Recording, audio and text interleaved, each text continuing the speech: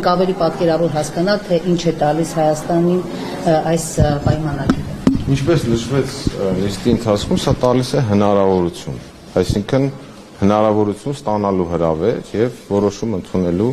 մասնակցել այդ առաքելություններին կամ չմասնակցել։ Առանձին դեպքերում բնականաբար առանձին որոշումներ կկայացվեն, այսինքն սրա մասին է համաձայնվում։ Այլ որ թեժ կետերում հնարավոր է, որ այս մեր Հայաստանի ինչ-որ մասնակիցներ միանան։ Եվ Հայաստանին ինչ է տալու էլի ընդհանուր առմամբ։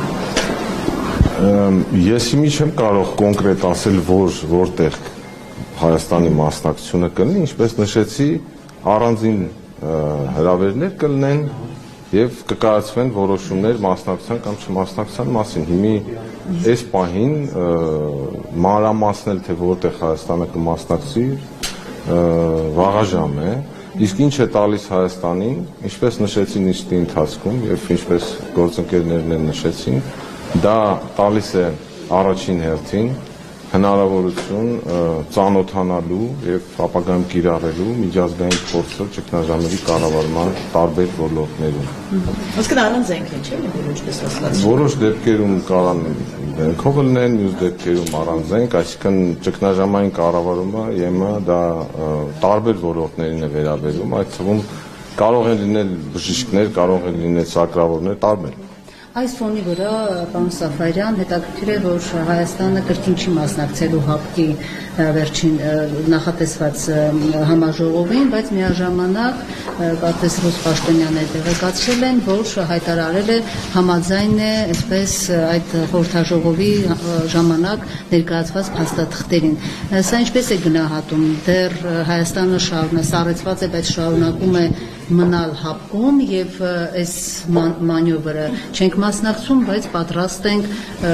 համաձայն ենք բոլոր փաստաթղթերի հետ։ Սա ինչպես է գնահատում։ Եվ զուգահեռ այդտեղ չեք մասնակցում, այստեղ Եվրամիության հետ կապված այսպիսի համաձայնագիր է ստորագրում։ Այսպես այդ քաղաքական այդ կա թե չէ։ Պետք չի կապել այս երկու գործընթացները կամ դրվագները իրար հետ։ ՀԱՊԿ-ի հետ կապված Հայաստանի ձևաչափը եւ քաղաքականությունը հայտարարվել է, մենք դրա մասին արդեն որոշ ժամանակ առաջ հայտարարել ենք, ինչպես դուք նշեցիք, եւ չենք խոչընդոտում որոշումներ, չենք մասնակցում, բայց չենք խոչընդոտում որոշումների փաստաթղթերի ընդունմանը։ Իսկ այս համաձայնագիրը ես չի կապի որևէ կերպ այլ ինչ-որ գործողությունների հետ Հայաստանի դիվանագիտական կամ քաղաքական։ Պարոն Սաֆարյան, եթե չեք խոչընդոտում փաստաթղթերի այսպես ստորագրմանը, ընդունմանը եւ հայտարարում եք, որ սառեցնում է Հայաստանի մասնակցությունը այս ամենին,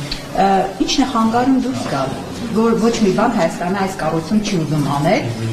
չի խանգարում, չի օգնում, չի մասնակցում։ Ո՞րն է պատճառը, որ դեռ հապում եք մենք։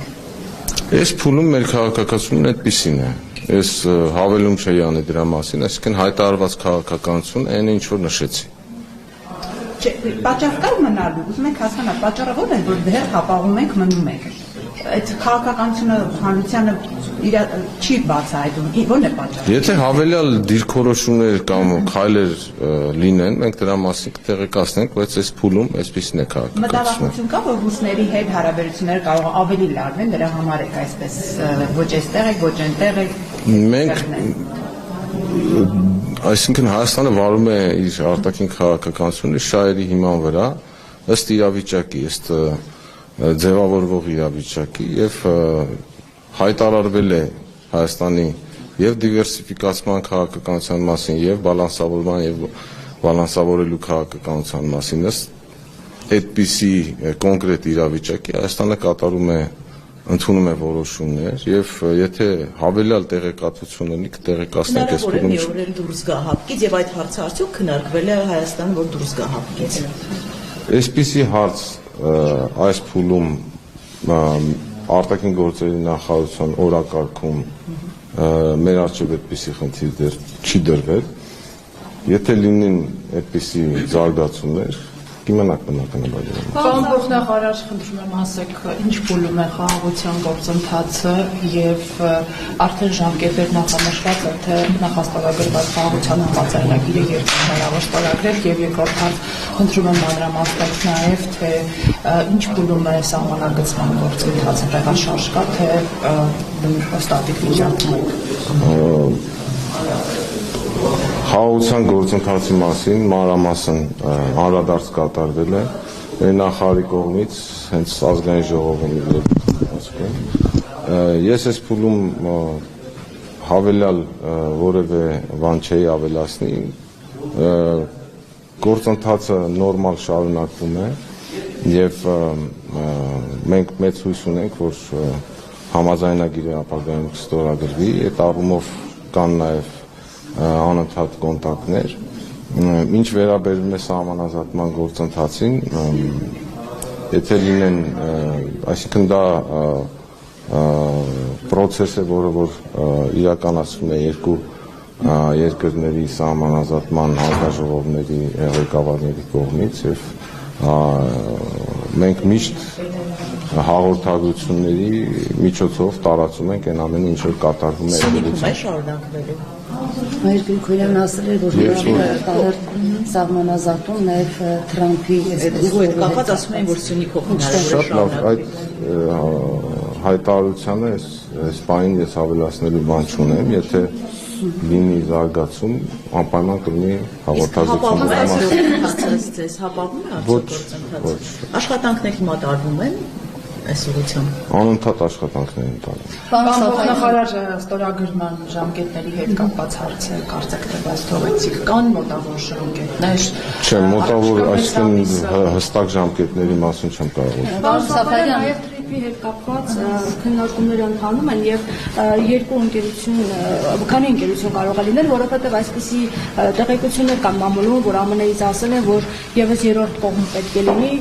բացի այն, որ Հայաստանը եւ ԱՄՆ-ն նաև մեկ ընկերություն Ռուսաստանից պետք է լինի, արդյոք նման առաջարկ կամ ակնարկ արվել է ԱՄՆ-ի կողմից որպես երրորդ ընկերություն պետք է Չեմ լսել այդպիսի տեղեկատվություն, քննարկումները ամերիկյան կողմի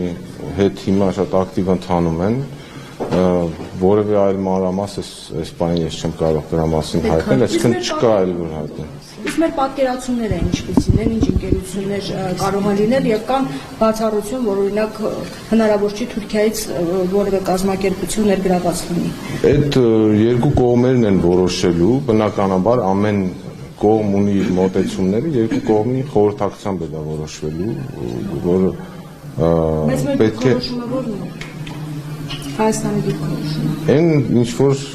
կարտահայտվի այդ որոշումների մեջ, այս փուլում պետք չի ավելի մանրամասն